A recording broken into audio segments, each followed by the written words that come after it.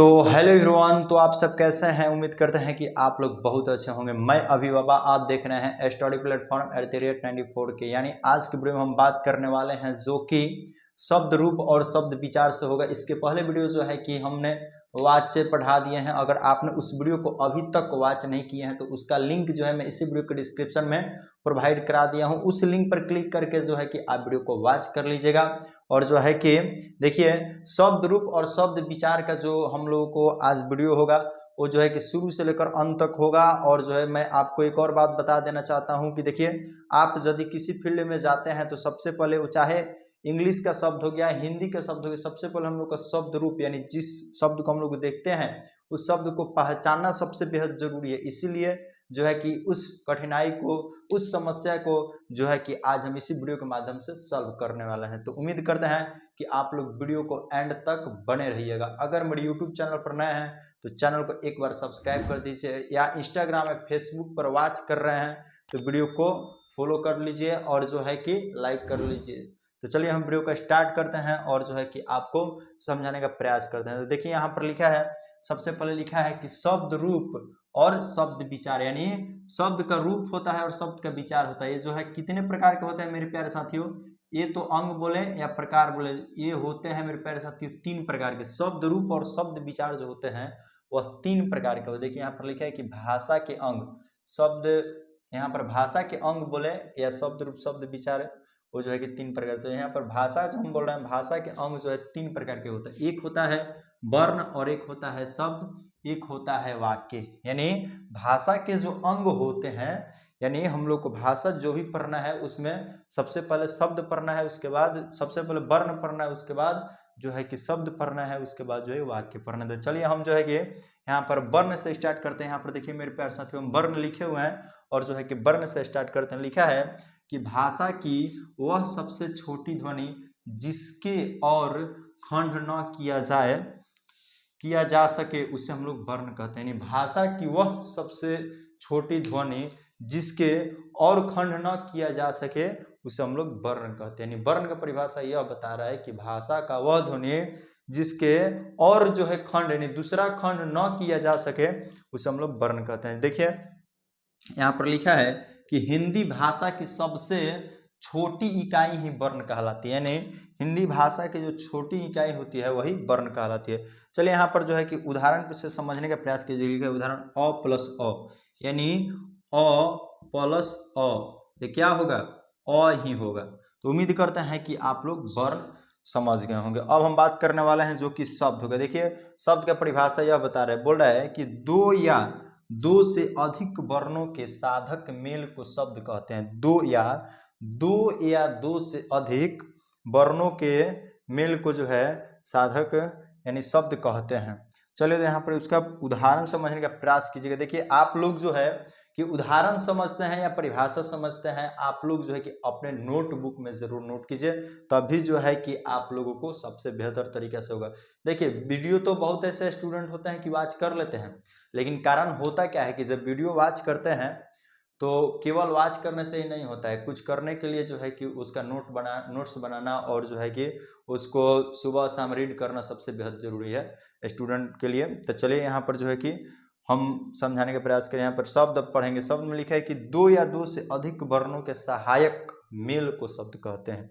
इसमें यह बता रहा है शब्द कि दो या दो से अधिक, यानी उसमें दो भी शब्द हो सकते हैं या दो से अधिक भी शब्द होते हैं, उसी के सहायक से जो भी मेल होगा वह शब्द कहलाएगा। चलिए तो यहाँ पर हम उदाहरण से आपको समझाने का प्रयास करें ताकि आप लोग को समझ में आ सके। जैसे लिखा है कमल, तो इसमें कितने जो है कि मेल शब्द हैं। जैसे लिखा है कि क प्लस अ प्लस म प्लस अ प्लस ल प्लस अ, यानी कमल शब्द बनने में यहाँ पर देख सकते हैं कि 2 4 6 शब्द एक साथ जुड़ा है। तब ये कौन सा शब्द बना है मेरे प्यारे साथियों? कमल बना है।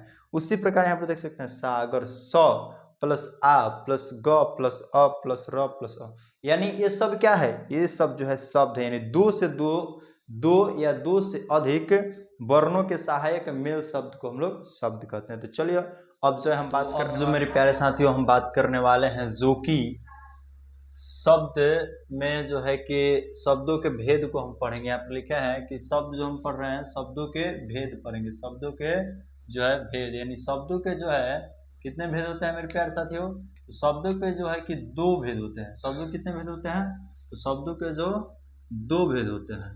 उसी प्रकार यहाँ पर देखेंगे कौन कौन से भेद होते हैं शब्दों के दो भेद। एक होता है सार्थक शब्द, एक होता है सार्थक शब्द, यानी यहाँ पर शब्द लिखे हैं, एक होता है सार्थक शब्द और एक होता है निरर्थक शब्द। एक होता है सार्थक शब्द और एक होता है निरर्थक शब्द। अब यहाँ पर जो है कि सार्थक शब्द जो है समझिएगा, जैसे लिखा है कि जिनका, यहाँ पर सार्थक शब्द समझिएगा लिखा है कि जिनका एक अर्थ हो, यानी सार्थक शब्द वह कहलाता है जिनका एक ही अर्थ हो, उसे हम लोग सार्थक शब्द कहते हैं।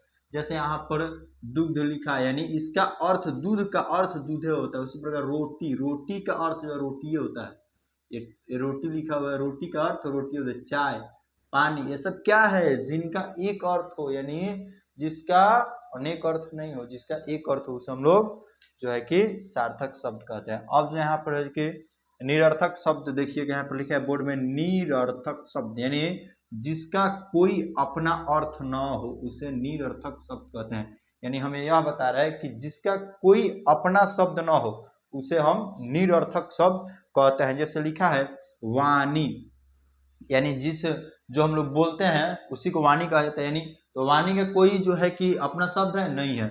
उसी प्रकार है वता, वाय, उते, ये सब ऐसा जो है शब्द है जिसका कोई अपना शब्द नहीं है। तो उम्मीद करता है कि जो है कि शब्द जो है कि दो प्रकार के होते हैं, एक सार्थक एक निरर्थक, जो कि आप लोग सार्थक और निरर्थक समझ चुके हैं। अब हम बात करने वाले हैं जो कि यहाँ पर वाक्य से स्टार्ट करेंगे। 3 नंबर में क्या है, तो 3 नंबर में जो है कि वाक्य है। एक होता है सार्थक, यानी ये वाक्य जो बता रहा है, वाक्य का परिभाषा इस प्रकार से बोला है कि सार्थक शब्दों के व्यवस्थित समूह को वाक्य कहते हैं। यानी सार्थक शब्दों के व्यवस्थित समूह को वाक्य कहते हैं।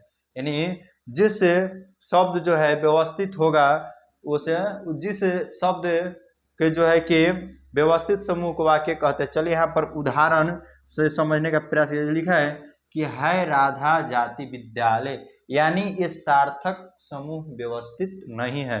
तो ये क्या होगा, ये मेरे प्यारे साथियों गलत है, क्योंकि है राधा जाति विद्यालय नहीं होगा, यहाँ पर होगा कि राधा जो है विद्यालय जाती है। राधा कहाँ जाती है, तो राधा जो है विद्यालय जाती है। यानी चाहे लिख दीजिए मोहन बाजार जाते हैं, जाता है, क्योंकि वो सिंगल है तो जाता है होगा।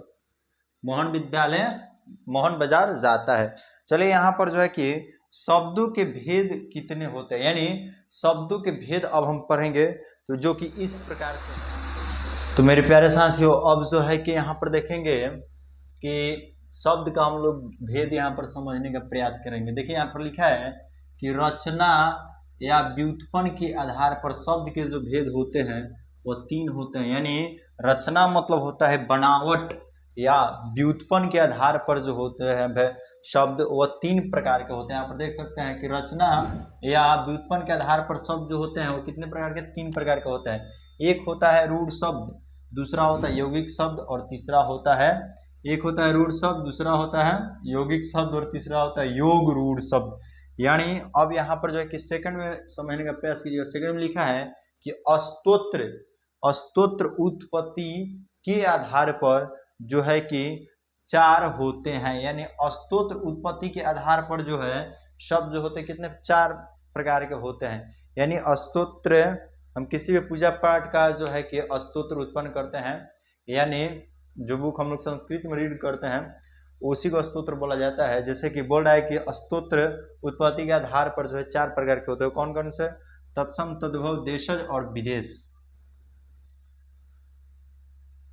चलिए यहाँ पर जो है कि समझने का प्रयास करेंगे। फिर 3 नंबर में लिखा है कि प्रयोग के आधार पर, यानी जो हम लोग प्रयोग करते हैं वो होते हैं 2 प्रकार के, यानी वो होते हैं 2 प्रकार के। एक होता है विकारी शब्द और एक होता है अविकारी शब्द। यानी रूढ़ शब्द का जो है परिभाषा यहाँ पर लिखा है कि ऐसे शब्द जिनके सार्थक खंड न किए जा सके उसे हम लोग रूढ़ शब्द कहते हैं। यानी रूढ़ शब्द का परिभाषा यह बता रहा है कि ऐसे शब्द जिनके जो है कि सार्थक खंड न किए जा सके उसे हम लोग रूढ़ शब्द कहते हैं।